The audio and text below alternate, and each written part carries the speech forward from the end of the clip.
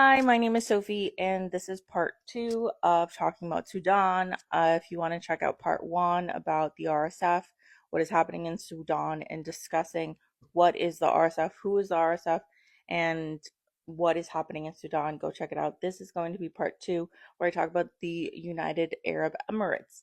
These are the people that are funding the RSF. These are the people that are funding the genocide that is currently happening in Sudan. I think what's really important is to know, why are they funding this genocide? Why are they so keen on giving the RSF as much money as possible? I think it's also important how a lot of other countries have close ties with the UAE, and because they have close ties with the UAE, how the UAE then gives those weapons and that money to the RSF. So, in a sense, it seems kind of like other countries are supporting this genocide as well. Let's start with the United Arab Emirates. They don't have the best track record for human rights, which I think is fair. Human rights organizations consider the UAE substandard on human rights, ranking low in the Human Freedom Index.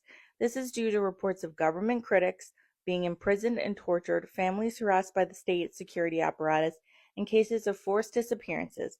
Individual rights such as the freedoms of assembly, association, and expression, and the freedom of the press are severely repressed. Who's buying Sudan's resources? The United Arab Emirates is Sudan's biggest destination for exports. It buys most of the country's lucrative money earner, gold. Second is China, which imports significant amounts of crude oil. And Saudi Arabia and the UAE, having provided an aid package of about $3 billion to Sudan since the military took power in April, have been putting pressure on the government to cancel the deal. It's becoming clear that the UAE is extremely influential in the TMC, says Annette Weber, a senior fellow at the German Institute for International and Security Affairs. The growing economic and political influence of Saudi Arabia and the UAE is nowhere more apparent than in the military support the Sudanese military has been providing in Yemen. Sudanese forces have been active in Yemen in the support of the Saudi-led coalition against the Iranian-backed Houthi rebels. Sudan has 16,000 troops securing the Saudi Arabia-Yemen border, says Dr. Weber, who cites a senior-ranking government official as a source.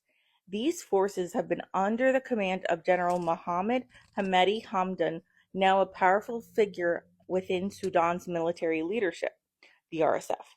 This deployment of troops to Yemen, which began as far back as 2015, has been seen as a clear shift of Sudanese foreign policy towards Saudi Arabia and its allies and away from its earlier close ties with Iran. Because Saudi Arabia and UAE rely on Sudan for the natural resources of gold, that is why they are willing to put everything on the line to support the RSF, who, if you follow in part one, are the ones that basically took over.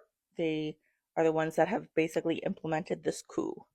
Here is where I talk about how other countries might be involved with the UAE and how they might be implicated in this genocide as well. British military equipment has been found on battlefields in Sudan used by the Rapid Support Forces, RSF, a paramilitary group accused of genocide, according to documents seen by the UN Security Council. UK manufactured small arms target systems and British made engines for armored personnel carriers have been recovered from combat sites in a conflict that has now caused the world's biggest humanitarian catastrophe. And this is by The Guardian. This just came out, this article. The findings have again prompted scrutiny over Britain's export of arms to the United Arab Emirates, which has been repeatedly accused of supplying weapons to the paramilitary RSF in Sudan. They also raise questions for the UK government and its potential role in fueling the conflict. Months after the UN Security Council first received material alleging that the UAE may have supplied British-made items to the RSF, new data indicates that the British government went on to approve further exports to the Gulf state for military equipment of the same type. British engines made specifically for a type of UAE-manufactured armored personnel carrier also appear to have been exported to the Emirates, despite evidence that the vehicles have been used in Libya and Yemen in defiance of UN arms embargoes. The UK military equipment found in Sudan features in two dossiers of material dated June 2024 and March 2025 and seen by the Security Council. Both were compiled by the Sudanese military and claim to present detailed evidence of UAE support for the RSF. Evidence that the UK continued supplying military equipment to the UAE despite the risk it could end up fueling Sudan's ruinous conflict has prompted deep concern. Mike Lewis, a researcher and former member of the UN panel of experts on Sudan, said UK and treaty law straightforwardly obliges the government not to authorize arms exports where there is a clear risk of diversion or use in international crimes. Security Council investigators have documented in detail the UAE's decade-long history of diverting arms to embargoed countries and to forces violating international humanitarian law. Lewis added, even before this further information about British-made equipment in Sudan, these licenses should not have been issued any more than to other governments responsible for arming the Sudan conflict. Although difficult to verify without metadata or precise geolocation information, several photographs are marked with labels indicating they were made by Militech, a manufacturer of small arms training and target systems based in Glamorgan, Wales. New information also reveals that between January 2015 and September 2024, the UK government issued 26 licenses for the permanent export to the UAE of military training devices in the ML14 category, which covers Militech's products. These licenses were issued to 14 companies, including Militech. The government has refused to disclose which licenses were granted to which companies. The licenses indicate that on 27 September 2024, 3 months after the UN Security Council received images alleging the presence of ML14 rated small arms equipment in Sudan, the UK government issued an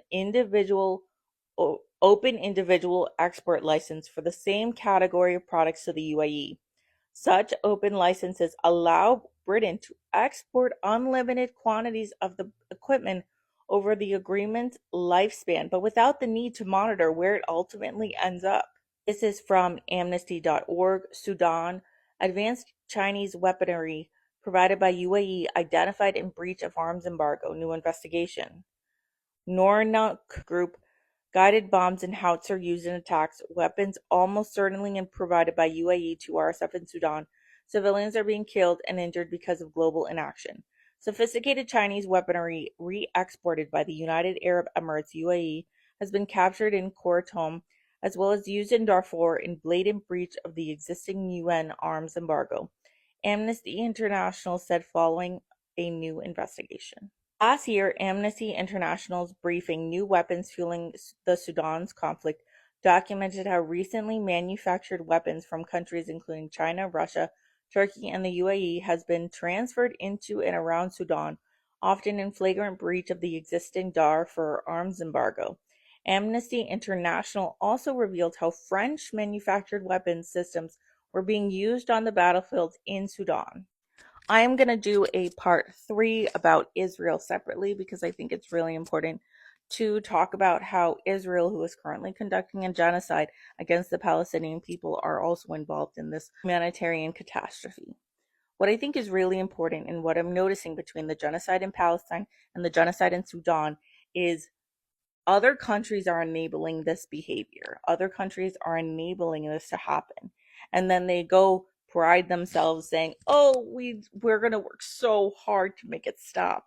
Meanwhile, they are signing contracts with the UAE knowing full well that the UAE is literally giving weapons and funding to the RSF. These people do not care about the Sudanese people.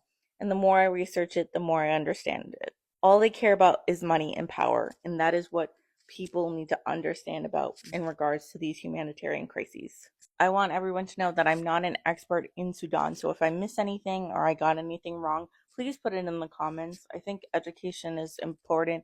Education is power. And I think to understand the humanitarian crisis that is currently happening in Sudan, you need to understand the background and the history of Sudan and the other players of it.